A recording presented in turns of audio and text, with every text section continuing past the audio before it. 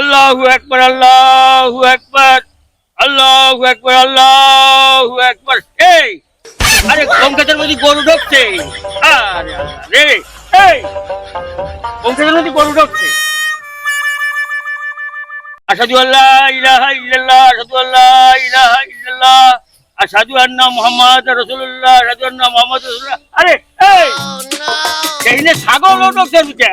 আরে ছাগল ঢুকছে। আশহাদু আন্না মুহাম্মাদুর রাসূলুল্লাহ, আশহাদু আন্না মুহাম্মাদুর রাসূলুল্লাহ। হাইয়া আলাস সালাহ, হাইয়া আলাস সালাহ, হাইয়া আলাল ফালাহ, হাইয়া আলাল ফালাহ। কত কামাত সালাত, কত কামাত সালাত।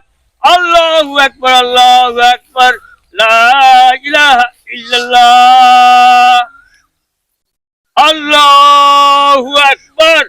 এই আরে তুই এখনো দেখছিস? গমগুলো সব খেয়ে ফেলেছিস।